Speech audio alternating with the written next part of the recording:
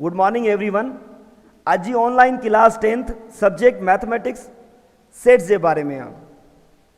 अज असां पढ़ंदासीं properties of union and intersection for 2 or 3 set, function, de Morgan's law, Venn diagrams, Cartesian product of sets. पहिरियों असां properties के ॾिसूं था। फर्स्ट आहे असां वटि commutative properties. Commutative property of union भी थींदी आहे ऐं कम्यूटेटिव प्रॉपर्टी ऑफ इंटरसेक्शन भी थींदी आहे। जॾहिं बि लफ़्ज़ कम्यूटेटिव ईंदो त उन में ॿ शयूं ईंदियूं, जीअं तव्हां हिते ॾिसो ए ऐं बी आहे। उनखां पोइ आहे एसोसिएटिव प्रॉपर्टीज़। एसोसिएटिव लफ़्ज़ में हमेशह टे शयूं थींदियूं आहिनि। फर्स्ट आहे असां वटि ही एसोसिएटिव प्रॉपर्टी ऑफ यूनियन ऐं इनखे असां चवंदा आहियूं एसोसिएटिव प्रॉपर्टी ऑफ इंटरसेक्शन। उनखां पोइ आहे distributive properties.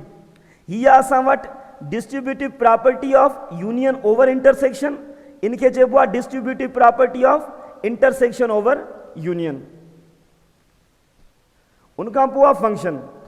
A rule in which set X have a unique image in set Y is called function. अहिड़ो रूल जंहिंमें सेट एक्स के कोई हिकु इमेज हुजे सेट वाई में त उनखे असां चवंदा आहियूं function. Types of function. Type function जा त घणा थींदा आहिनि, लेकिन 10th क्लास में असां टे टाइप पढ़ंदा आहियूं। 1-1 function, on-two function, 1-1 and on-two function. जेकॾहिं असां फंक्शन खे डेली लाइफ में खणी अचूं था त हर उहा शइ जंहिंखे असां इनपुट ॾियूं ऐं असांखे कोई आउटपुट मिले त उनखे असां चवंदा आहियूं फंक्शन। जीअं असां हिते इनपुट ॾियूं था ऐं असांखे आउटपुट मिले थो। फॉर एग्ज़ाम्पल हीअ असां वटि का जूसर मशीन आहे। जेकॾहिं असां इनपुट जी जॻह ते ऑरेंज रखूं त असांखे छा मिलंदो? ऑरेंज जो जूस। जेकॾहिं इनपुट जी जॻह ते असां मैंगो रखूं त असांखे हिते छा मिलंदो? मैंगो जो जूस। मतिलबु जहिड़ो असां इनपुट ॾींदासीं उन जे हिसाब सां असांखे आउटपुट मिलंदो।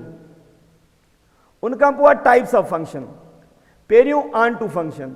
अ function F from A to B is called an onto function if range of function is equal to B. हाणे ऑन टू फंक्शन जे लाइ छा हूंदो? जेको उनजी रेंज हूंदी उहा बी जे बराबरि हुजे। हाणे हिते असां वटि ॿ सेट मिलियल आहिनि। हिकिड़ो आहे A is equal to X comma Y comma Z ऐं बी इज़ इक्वल टू 1,2 ऐं हीअ असांखे रिलेशन मिलियल आहे। इन रिलेशन में असांखे टे ऑर्डर्ड पेयर मिलियल आहिनि ऐं ऑर्डर्ड पेयर जो फर्स्ट जेको एलिमेंट आहे उनखे डोमेन चइबो आहे ऐं जेको सेकेंड एलिमेंट आहे उनखे असां रेंज चवंदा आहियूं। हाणे हिते जेकॾहिं तव्हां ॾिसंदो इन जी असां रेंज लिखणु चाहियूं त उहा रेंज हूंदी 1,2 जेको बराबरि ईंदी बी जे ऐं उहा ई कंडीशन सेटिस्फाई करे थी। इन जे लाइ असां इन फंक्शन खे छा चवंदासीं? Onto function. उनखां पोइ आहे 1-1 and onto function. A function from A to B is said to be 1-1 if distinct elements of set A are associated with distinct elements of set B।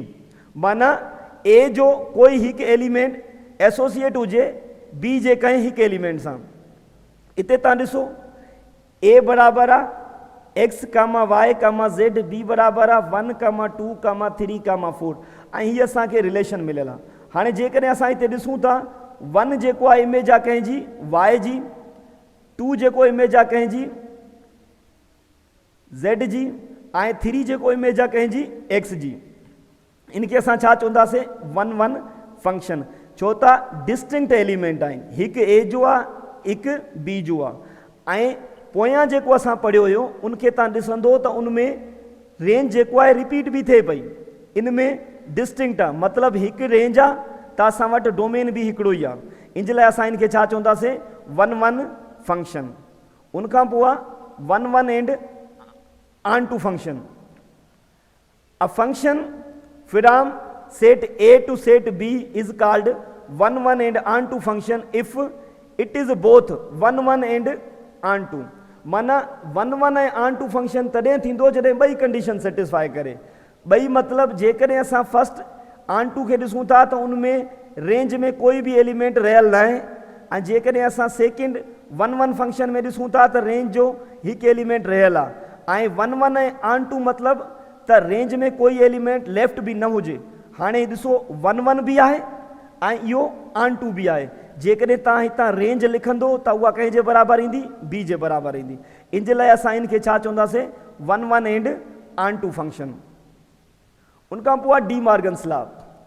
The complement of the union of two sets is the intersection of their complements and the complement of intersection of two sets is the union of their complements. These are called De Morgan's laws. हाणे असां वटि तव्हां हिते ॾिसी सघो था त ॿ लॉ मिलियल आहिनि। हिकिड़ो आहे A union B whole complement is equal to A complement intersection B complement, ऐं A intersection B whole complement is equal to A complement union B complement. इनखे असां छा चवंदा आहियूं, डी मॉर्गन्स लॉ। उनखां पोइ Venn diagram. A Venn diagram is a pictorial representation of the relationships between sets. We can represent set using Venn diagram. In Venn diagram, the sets are represented by shapes, usually circles or ovals. The elements of set are labeled within the circle. मतलब Venn diagram में असां set खे represent करे सघूं था। इन में जेको रेक्टेंगल हूंदो उहो रिप्रेजेंट कंदो आहे यूनिवर्सल खे, ऐं जेके सर्कल्स हूंदा उहे रिप्रेजेंट कंदा आहिनि सेट्स खे। मिसाल तौरु हीअ असां वटि फर्स्ट एग्जाम्पल आहे यूनियन जो। असां यूनियन ऑलरेडी पढ़ी चुका आहियूं त उन में असां ए जा बि एलिमेंट लिखंदा आहियूं, बी जा बि लिखंदा आहियूं। जेकॾहिं तव्हां इन एग्जाम्पल खे ॾिसंदो त इन में ए खे बि फिल कयो वियो आहे ऐं बी खे बि फिल कयो आहे। हाणे ॿियो एग्जाम्पल आहे इंटरसेक्शन जो। इंटरसेक्शन में छा हूंदो आहे, असां ॿिन्हिनि जा कॉमन लिखंदा आहियूं। इन में तव्हां ॾिसो त ए ऐं बी में ही पोर्शन जेको आहे कॉमन आहे, जंहिंखे फिल कयल आहे। ऐं उनखां पोइ आहे सिमेट्रिक डिफरेंस। ही बिल्कुलु इंटरसेक्शन जो अपोज़िट आहे। इंटरसेक्शन में असां छा कयोसीं, कॉमन खे फिल कयोसीं। इनखे कॉमन खे छॾे ॿियनि सॼे पार्ट खे असां फिल कयो आहे।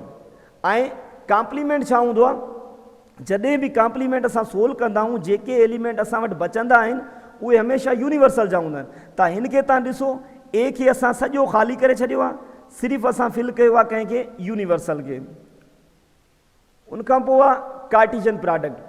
The Cartesian product of two sets A and B denoted by A cross B is the set of all possible ordered pairs where the elements of sets A are first and the elements of set B are second. In set builder notation, A cross B असां set builder form में ही लिखंदा आहियूं, A comma B such that A belongs to A and B belongs to B। मतलब त जेके ordered pair हूंदा उन ऑर्डर्ड पेयर जो पहिरियों एलिमेंट फर्स्ट सेट जो हूंदो ऐं ॿियो एलिमेंट जेको आहे ॿिए सेट जो हूंदो। जीअं असां वटि ही एग्जाम्पल आहे, A is equal to 7,8 and B is equal to 2,4,6। जेकॾहिं असां हिननि जी कार्टीजन प्रोडक्ट फाइंड कंदासीं त असां हिननि जा ऑर्डर्ड पेयर ठाहींदासीं। मतिलबु 7,2 7,4 7,6 8,2 8,4 8,6 ये असां छा फाइंड कई आहे, कार्टीजन प्रोडक्ट। Thank U.